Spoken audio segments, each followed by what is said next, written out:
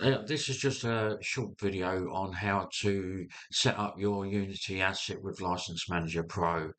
So we'll dive straight into it. So once you've loaded up the asset or imported it into your project, select License Checker, and here you've got a few options onto the in the inspector. So you need to add the site URL to where you've installed the License Manager Pro software, and this needs to go to the API folder. And then you've got full check, license only, and then you've got load user data and so on. Once you've done that, you need to actually add the product ID to the product that your asset is for. Once you've done that, you'll be able to run the script and people will be able to log in.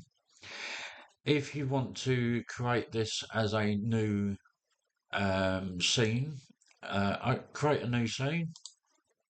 We're going to use just the built-in, and if you select License Manager up here and it goes place license code, once you click on that, go generate license login, that will do everything for you.